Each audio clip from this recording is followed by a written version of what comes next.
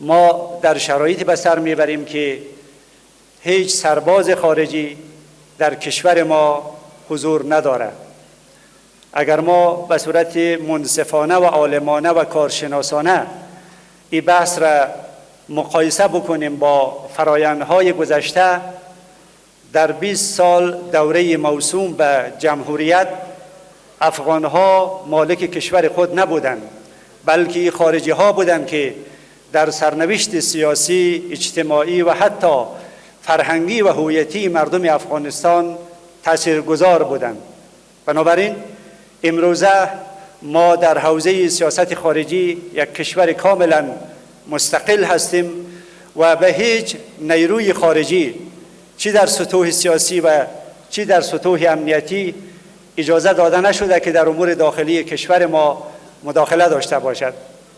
جناب آل قدر وزیر صاحب امور خارجه هم در اینجا تشریف دارند و در برخی جلساتی که ما هم در کنار ایشان بودیم و در برخی سفرها مشاهده کردیم که چطور با قاطعیت، با شجاعت از منافع ملی کشور دفاع صورت میگیره، پاسداری و صیانت و حراست میشه و این بزرگترین افتخار و دستاورد برای مردم افغانستان و حتی به تعبیر استراتژیکتر برای امت اسلامی هست که یک کشور با هویت و سابقه دینی در جغرافیای دنیای اسلام به نام افغانستان وجود دارد که در تمامی سطوح تصمیم گیری و تصمیم سازی با توجه به منافع ملی کشور و با استقلال عمل میکنه.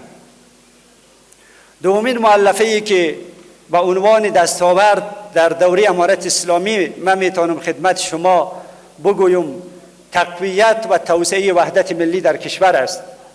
در گذشته ها ملت شریف افغانستان شاهد بودند که جزیره های مختلف قدرت در هر ساحه کشور حضور داشت و به گونه یک نوع گسست را میان مردم افغانستان باز تولید و مفصل بندی میکردند.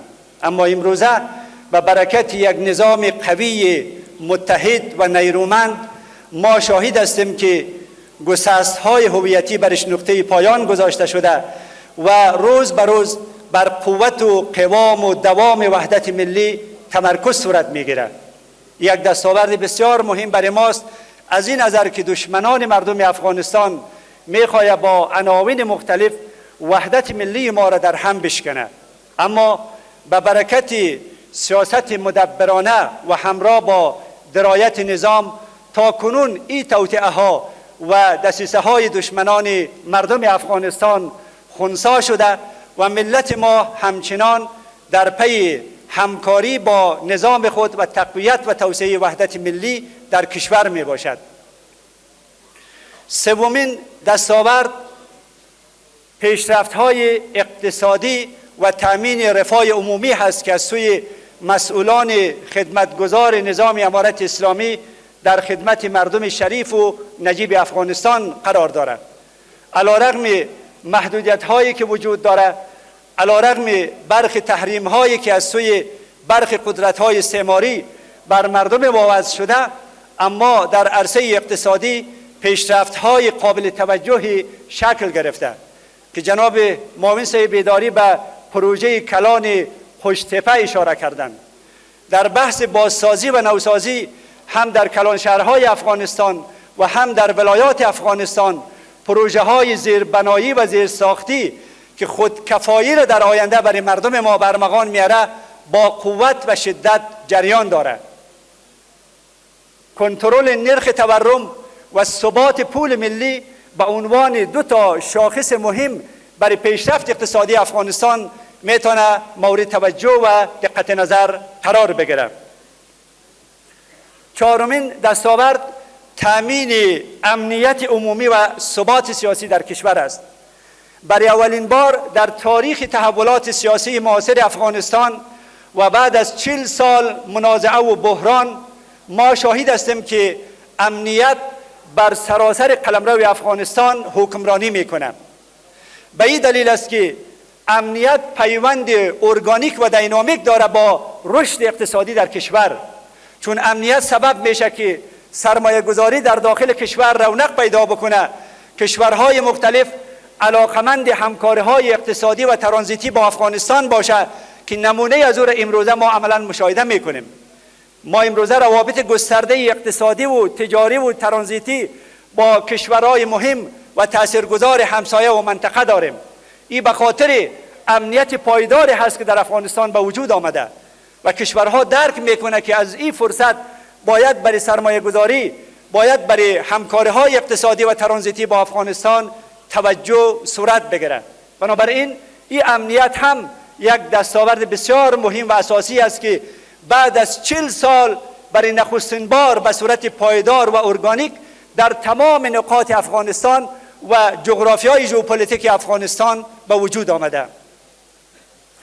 آخرین مؤلفه که من بحث خود ختم میکنم، ریشه‌کن شدن فساد و اقتصاد غیر رسمی در داخل کشور می باشد. در گذشته ها افغانستان همیشه در فساد مقام اول احراز میکرد و یک بدنامی بسیار گسترده برای شکوه و عزت مردم با تاریخ و با تمدن افغانستان محسوب میشد. اما امروزه به برکت نظام امارت اسلامی فساد در تمامی سطوح ریشه‌کن شده و اقتصاد جرمی برش نقطه پایان گذاشته شده. در گذشته ها بر اساس مطالعات بین المللی 40 میلیارد دلار افغانستان سالانه اقتصاد جرمی داشت، اقتصاد مبتنی بر مواد مخدر، مافیای اقتصادی و فرآیندهای تیل و گاز که به صورت غیر قانونی توسط مافیا وارد افغانستان میشد. اما امروزه ما شاهد هستیم که شفافیت در گمرکات افغانستان وجود دارد. بوروکراسی مزمن و پیچیده از میان برداشته شده. رشوت و فساد کاملا ریشه‌کن شده. زمینه برای سرمایه گذاری در داخل کشور به صورت شفاف فراهم آمده و در کمک های بشردوستانه و انکشافی مجامع بین المللی نظارت و شفافیت بی سابقه وجود دارد که گزارش های مجامع بین المللی و بانک جهانی هر از گاهی این مستندات امارت اسلامی را تایید میکنه. بنابراین اینا دستاوردهای بسیار مهمی است که امروزه به برکت یک نظام قوی اسلامی و شرعی و مقتدر برای یک افغانستان قوی، متحد، آزاد، آباد و پرشکوه در دستور کار قرار گرفته.